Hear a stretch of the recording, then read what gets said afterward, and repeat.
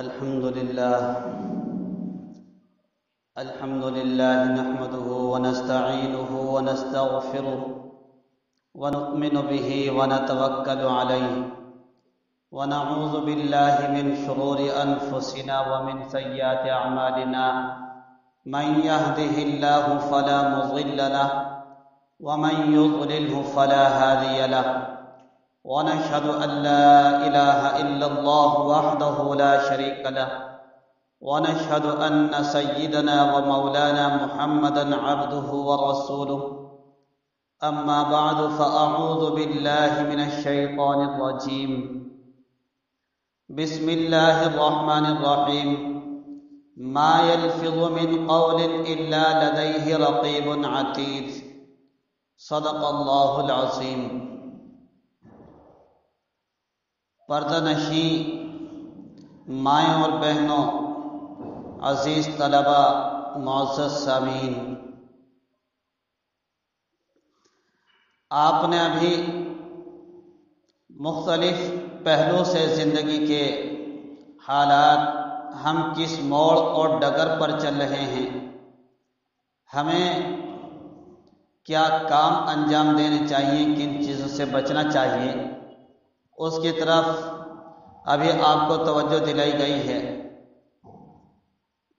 میں نے اسی تعلق سے جو بات چل رہی تھی اسی بات کو آگے بڑھانے کے لیے قرآن کریم کی ایک آیت پڑھی ہے۔ یہ آیت 26 پارے کے اندر سورہ قاف میں ہے کہ انسان جو بھی اپنی زبان سے کہتا ہے وہ ساری کی ساری باتیں نوٹ کر لی جاتی ہیں، گویا انسان CCTV کیمرے کی نظر میں ہے۔ اگر کوئی انسان کسی انسان کو غلطی کرتے ہوئے نہیں دیکھ رہا ہے، لیکن ہمارے کاندھوں پر بیٹھے ہوئے دو فرشتے اس چیز کو دیکھ بھی رہے ہیں اور نوٹ بھی کر رہے ہیں، لکھ بھی رہے ہیں، ان سے کوئی چیز اوجھل نہیں ہے، ہر ایک چیز وہ نوٹ کرتے ہیں۔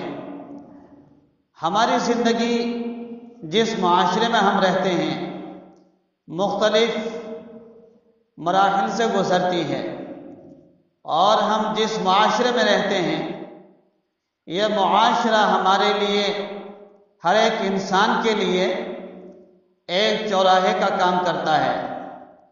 ہم نے جس معاشرے میں آنکھیں کھولی ہیں، معاشرے کے اندر جو ماحول اور سوسائٹی ہے، باہر جب گھر سے قدم رکھتے ہیں تو ہمیں برائیاں زیادہ نظر آتی ہیں اور اچھائیاں کم نظر آتی ہیں۔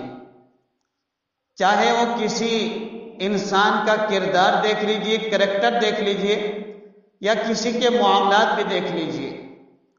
آج مجھے جو آپ سے زیادہ باتیں کرنی ہیں وہ معاملات کے تعلق سے کرنی ہیں۔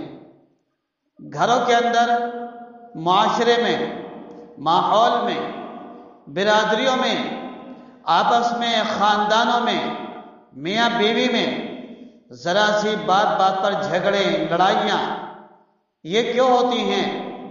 اس کی ایک بنیادی وجہ ہمارے کابر نے لکھی ہے کہ اس کی بنیادی وجہ یہ ہے کہ ہم اپنے معاملات کو ایک دوسرے سے صاف نہیں رکھتے، اپنے معاملات کو ایک دوسرے سے ہم صاف نہیں رکھتے اور حقوق کی حق تلفی کرتے ہیں، ایک دوسرے کے حق کو مارنے کی کوشش کرتے ہیں، اپنا حق لینے کی کوشش کرتے ہیں، دوسرے کا حق دبانے کی کوشش کرتے ہیں۔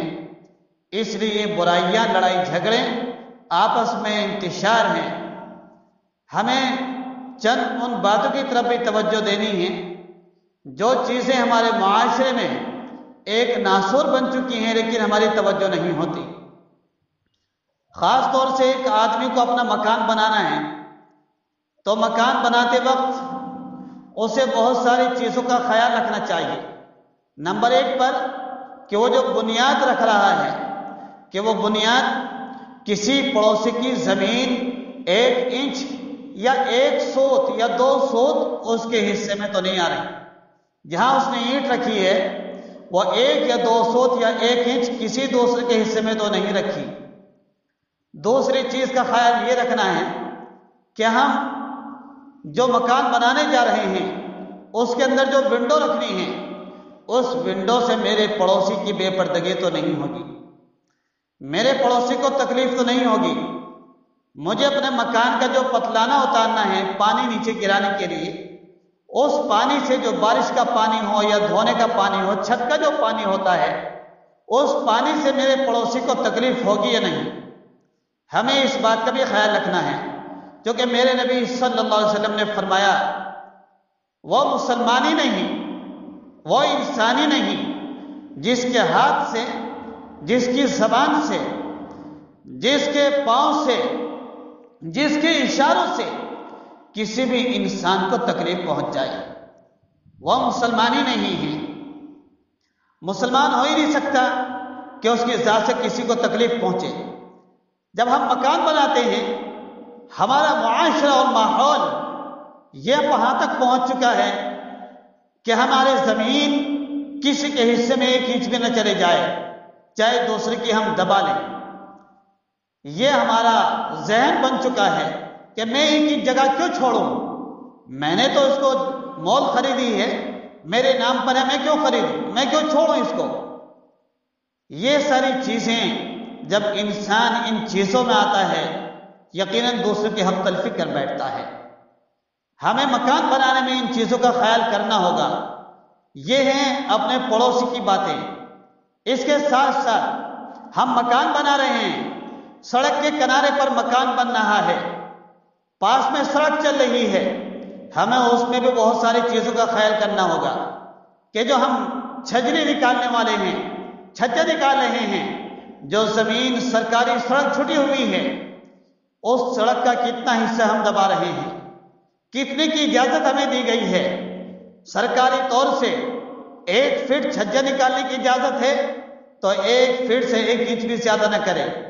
2 فٹ نکالنے کی ہے تو 2 فٹ سے 1 انچ بھی، 1 سوت بھی زیادہ نہ نکالے۔